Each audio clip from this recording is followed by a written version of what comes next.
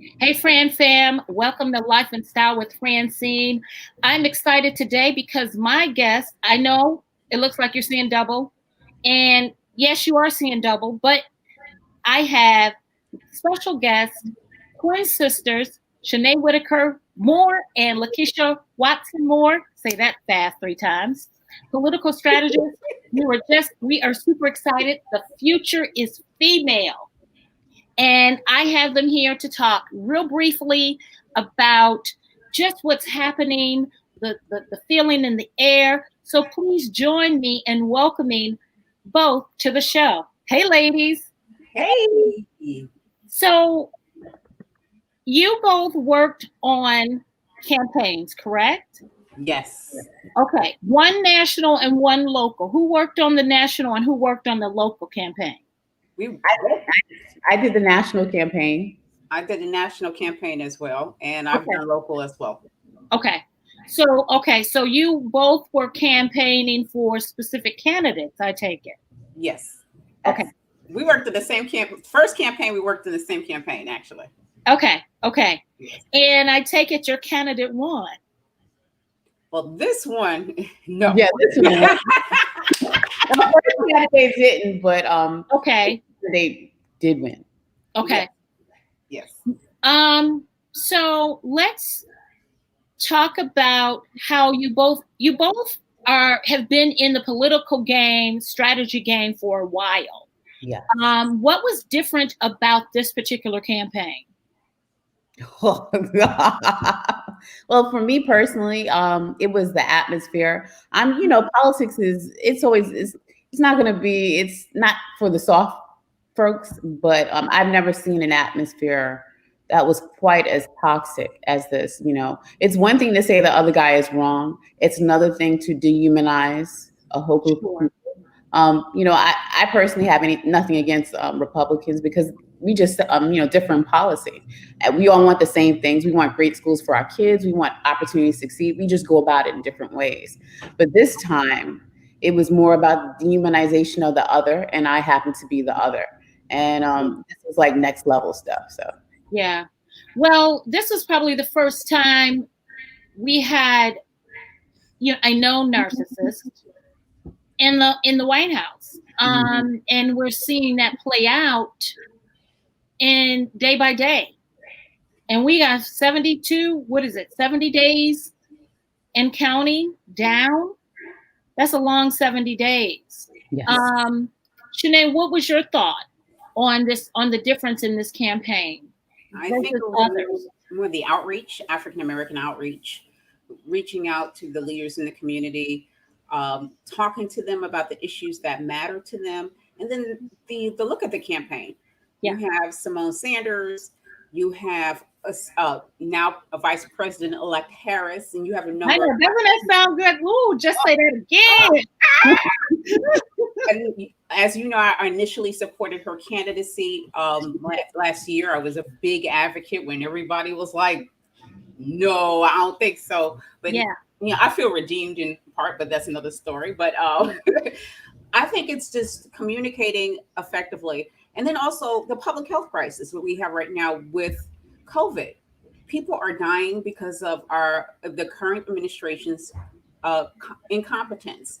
And then there's herd immunity thing that they're proposing. It's basically let everybody get it. Who dies. And I don't want my people to die. So I think not just me, but other people are engaged because of it. And they're also worried. And they feel like this person that's in charge right now doesn't have the capacity or the wherewithal to care about them, and doesn't care about who's being impacted primarily by this disease, which is people of color, specifically African Americans. And because of that, people just was extra motivated to vote. Do you think that disregard was specifically the disregard for overall was because we were disproportionately affected? It is what it is. So, you really couldn't pick and choose and pull out who. So let's just ignore everybody, I think when you have a white supremacist who spouts eugenicist theories about people and good genes, I mean, that's a tell in itself. I think that you can see that he's not for people that look like you and I, melanated people, at all. And he is out to, he wanted to be reelected at all costs, and it included ignoring people dying from the disease. If you notice, he hadn't said anything to the people who've lost lives, the families of the people who've lost lives to the disease, because it's intentional. He feels he has, again, he has good genes. Good genes is eugenicist talk. He's superior genes. He notes that all the time. He has a certain look of the people that are surrounding him in the White House. So it's definitely a dog whistle. And I'm glad people voted against that and for Joe Biden. Sure. Now let's talk about, you and I and Lakisha are certainly extremely excited to have the first Black South Asian vice president that's a woman in office. And you stated earlier that you were down for Kamala last year, you and Lakisha. And a lot of people were spouting misogyny, in my opinion. Oh, look at her crime record, her as a prosecutor, her disproportionate prosecuting Black men, and I felt like that was smoke and mirrors to the fact that they really did not want a woman in the White House unless she was the first lady. Do you feel like that contributed to a lot of the rumblings that you heard during when she was initially being courted, and when they had the short list? And it's like, well, not Kamala, and it almost seems like, well, nobody was going to be good enough. I think when you have people, a part of a party that believes in ideological purity at all costs, I think, and they're upset that their candidate is not strong enough to get the support that's needed to when you're going to destroy people around him. And that's what happened with Kamala. You heard the things about her not being Black enough. She's not she's not an American Black, so she shouldn't be, she shouldn't be president or all that other stuff, as if Jamaican people like my mama aren't Black. Coincidentally, coincidentally.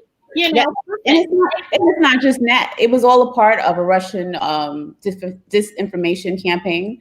The same thing that happened to Hillary Clinton in 2016. I personally believe when Kamala announced she was actually the strongest candidate out the box. Yes.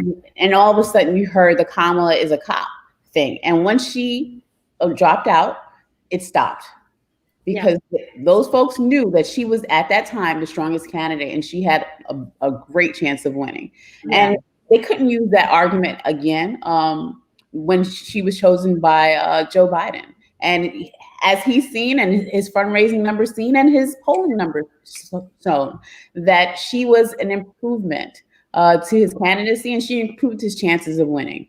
And a lot of people you'll hear say they love Kamala, but a few months ago they were calling her a cop. And it's unfortunate that they did. Women, unfortunately, are held to different standards than other people. And a lot of those people that called her a cop were, they were silent about Donald Trump and how he acted with the Central Park Five. They were silent about him participating in housing discrimination. And they were silent in a lot of other things. So people like to pick and choose. I truly believe that even regardless of whoever she was, she would never be good enough, because sexism and racism intersect. So absolutely. Because I was telling my girlfriend, I said, she's cool enough to date, but not to run the country. You know what I mean? As the second person, she's cool. She's great enough as a personal, on a personal side, but not to be a politician and be second in command, because I like to think that she's going to be in his ear and with a lot of influence. That to me says to have that kind of power as a woman of color, it people really don't take too well to that. So I agree that she was not going to be good enough no matter what. She could have been, I remembered when they thought Oprah was going to run. I mean, they did the whole entire smear campaign behind her. So I get it. So, but nonetheless, as I mentioned to you guys, I wanted to talk, the future is still female. We saw Stacey Abrams turn on that laser focus, and 800,000. That's, not without a team, obviously, but because we can't say she single-handedly did it, but she was in charge, large and in charge on that whole process. Talk a little bit about that. What do you think her next move? Let's kind of speculate a little bit. Her next move, should be. Everybody says give her what she wants. She did want to be president. Okay, I personally, guys, I'm sorry. Yeah, I would love for her to run for governor of Georgia. She created a machine there. She can utilize that, or because Warnock and Ossoff are both running for Senate. So I would love to see her as governor of Georgia. One of the things that people said about her when she was being vetted to be vice president nominee was that she didn't have enough executive experience. And becoming a governor of her state, one of the largest states of America, will basically shut a lot of people up regarding that. She's a brilliant, fantastic woman. She's been known in our circles for years. Yeah. For some people, her name is brand new, but to us, my sister and I, and a lot of my friends who are watching, we've known of her, and some of my friends know her personally for years. And she's a phenomenal, brilliant Black woman. Hopefully, we can model something like this here in other states. Sure. Because the places like here in Mississippi, I'm in Mississippi, we're 37% African American, and unfortunately, a lot of our folks here are disenfranchised. And if we can mobilize that population to vote, we can change the South for a very, very long time. Yeah. And I have to recognize and give you guys your accolades. You guys have, both of you, matter of fact, your entire families are in the political game. Ken Jr., and I'm sure your sons are sure to follow, Lakisha, as it relates to, being part of the political process, being very instrumental in making sure democracy is served. YDA, you guys go back a very, when you talk about a long way, remembering Stacey, you guys go back to the Young Democrats of America.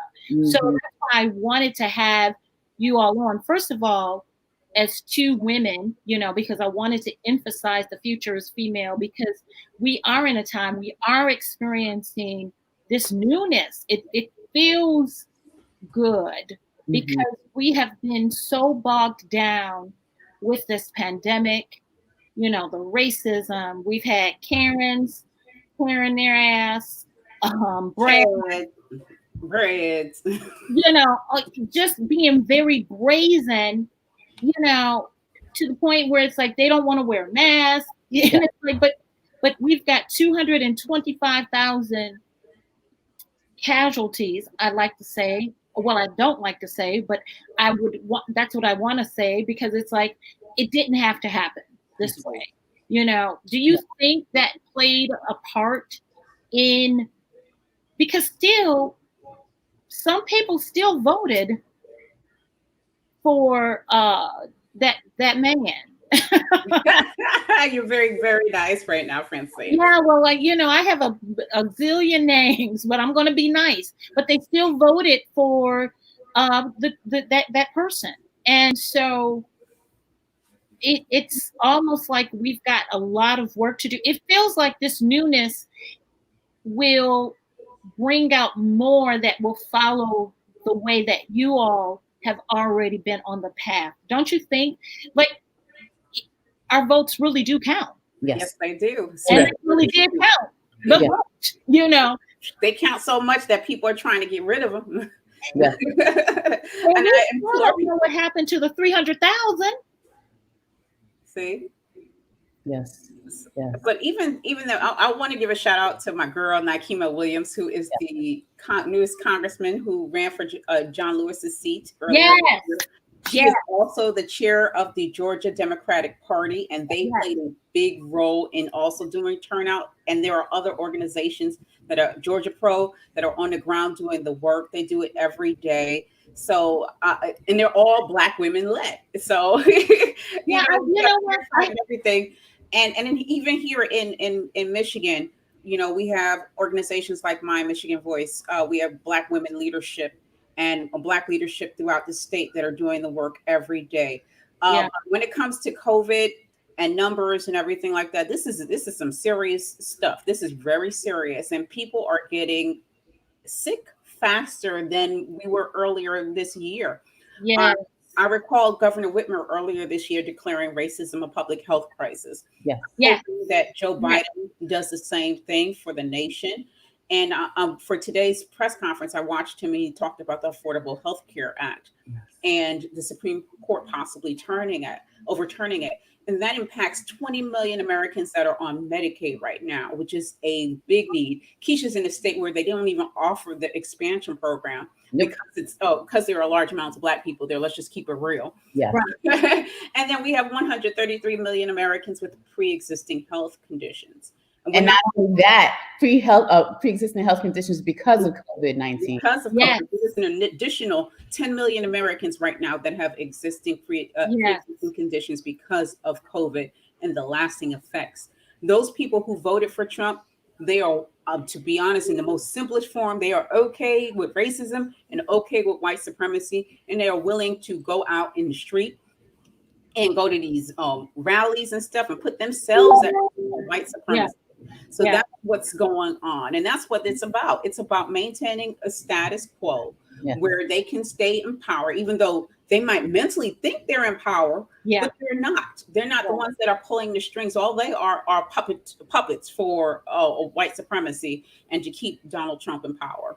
Yeah, they're willing to fall on that sword, even if it's a delusioned mindset of superiority. That's what I've noticed. It's like they have a death wish, you know, because driven by the fact that, you know, I heard Angela Rice say, you know what, I don't even want to call it the white supremacy anymore because they're not supreme. No. White toxicity. And I was like, amen. It is, because who are you superior to? Nobody. I've seen people my age that are of the persuasion, and darn sure you can't tell me they're superior to nobody. I'm so sorry, friends. I had to be a person there. Like, what happened to you, bro? We the same age. Evil. It's like inside. Go ahead, Shanay. You know what I was going to say? Because of the President Obama and because of Michelle Obama, people were scared. They got scared because they've lost their place in the racial hierarchy. And their ascendancy to presidency and first lady and popularity threatened that normalcy that they're used to. Sure.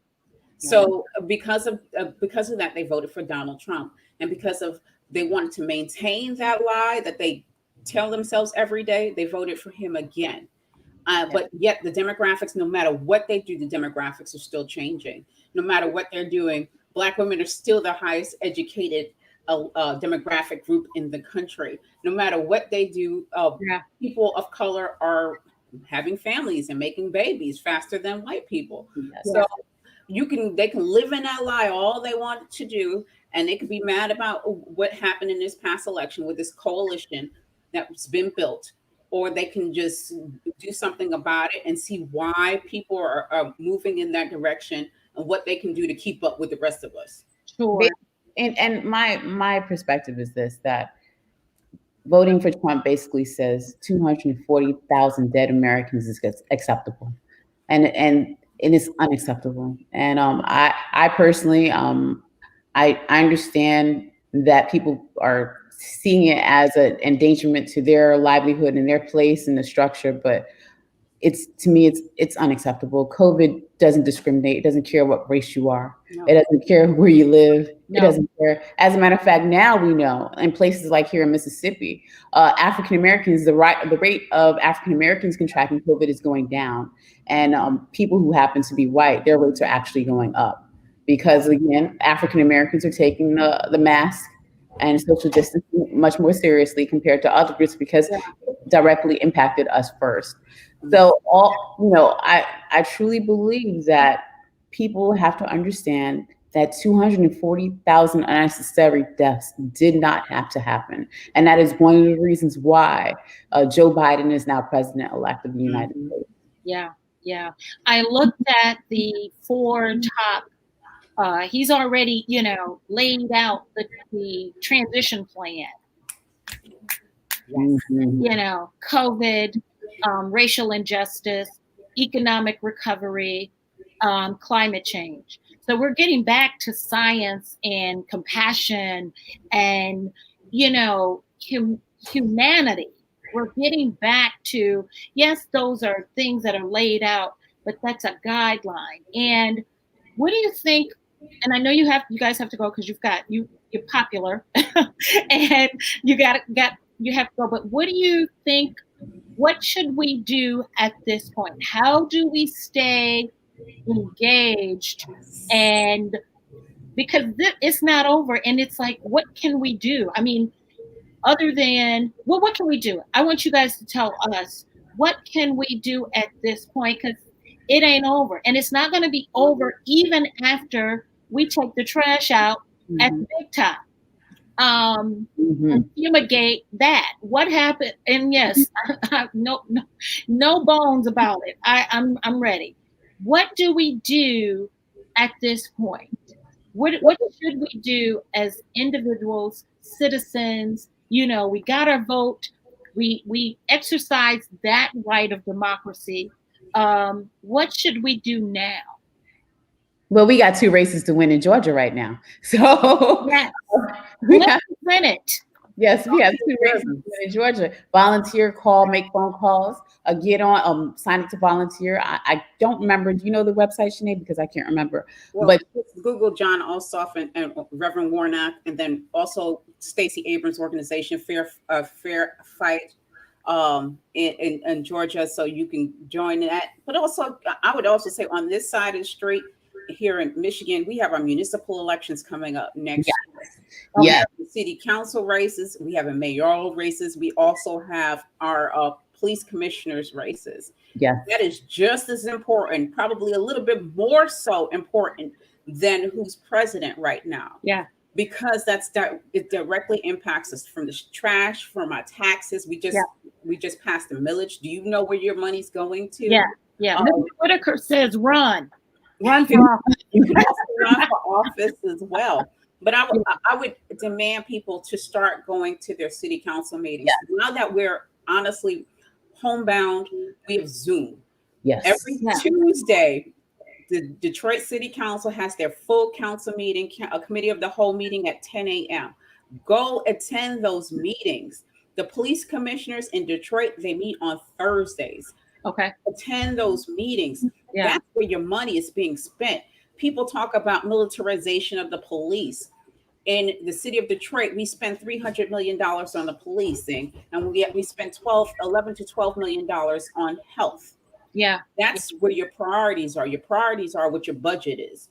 Yeah. So if you have problems with the way policing is being conducted in the city of Detroit, or you have questions about it or concerns about it, that's where you go. Budget time is coming up. When the mayor presents the budget to the council, once they approve it, it goes into effect the next fiscal year. Find out what the budget is looking like. That is, you can find it out. You can ask questions. You can Google it. You can understand it. We also have a city clerk's race as well. Yes. That's the person who runs our election process. Yeah. We have the incumbent. I'm sure she's going to run for a re-election, and she's also going to be having challengers, of course. Sure. And it's a chance to hear from them and to hear from her as well, and see what you want to do with who you want to represent you with that. So I would also say focus on those municipal elections. They're just as vital, just a tad more vital than our presidential elections, but it directly impacts you. If you think Detroit deserves better than what you got right now, then you run for office. If you think Detroit deserves better than what you have right now, then you encourage people to run for office, and you find out who the candidates are, you educate yourself about their positions, and then you go out there and participate in the process. So and I know you have to go, Shanay, but I have two comments. How about we have our own political power, and I can have Lakisha answer that, because I don't want to hold you up. And then Ken says, replace mediocre white men, which we know we can do based on this election. We can't keep putting in position to support. So you talk about getting involved on a local level, but we also have to address the apathy. So we also have to put ourselves in those positions so that we can lead others into this mindset that your voice is important. Would you say? Yes.